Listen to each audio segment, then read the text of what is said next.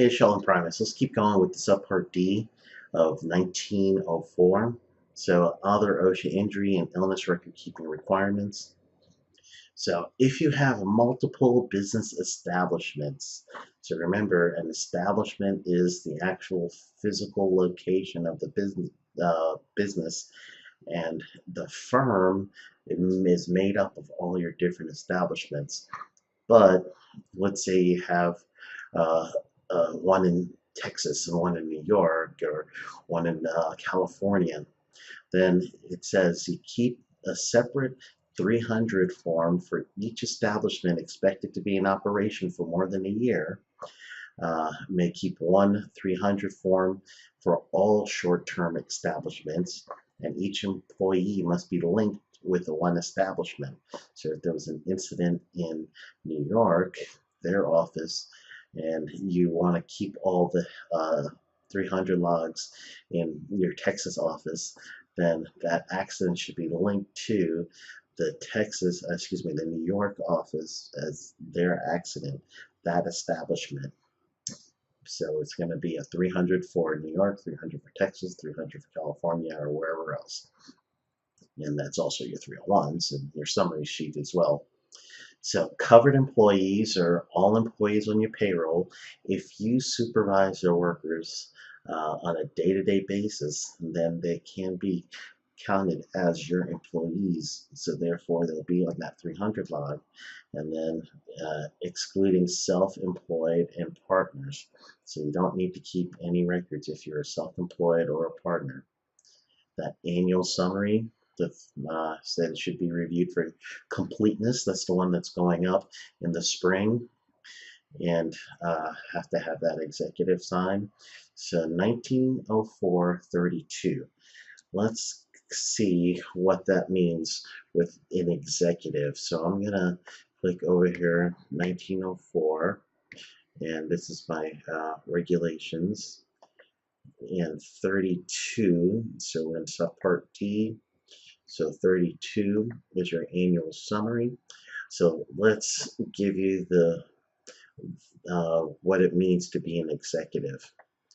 And so you have to have it certified, and you have to post it. So here's the implementation of this. I'm going to go down a little further, and let's see who it is for a company executive. So the wording is an owner of the company, an officer of a corporation, the highest ranking company official working at the establishment, or the immediate supervisor of the highest ranking company official working at the physical establishment. So if you do not have any of those criteria, then you are not the company executive. So you should not be signing on that 300 summary log. So let's go back. You're retaining this for 5 years, and you want to update if there's anything that happens within that 5 years.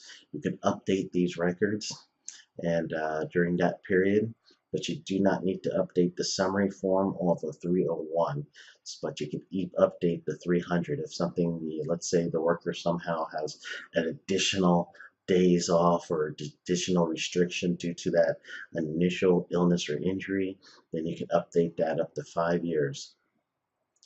You should have a way for employees to be involved in reporting injury and illnesses. It should be set up in a way that it's not discriminatory to them.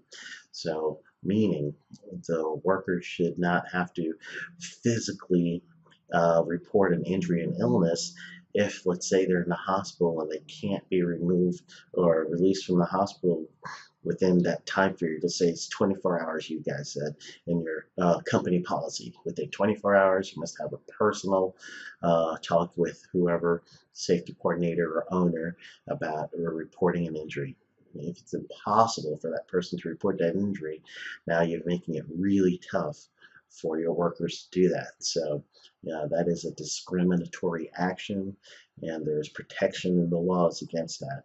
And in the video that I have with the new OSHA update, I did mention in that OSHA update video that if you automatically drug test because of a worker injury, there may be a retaliatory action there as well that you're doing.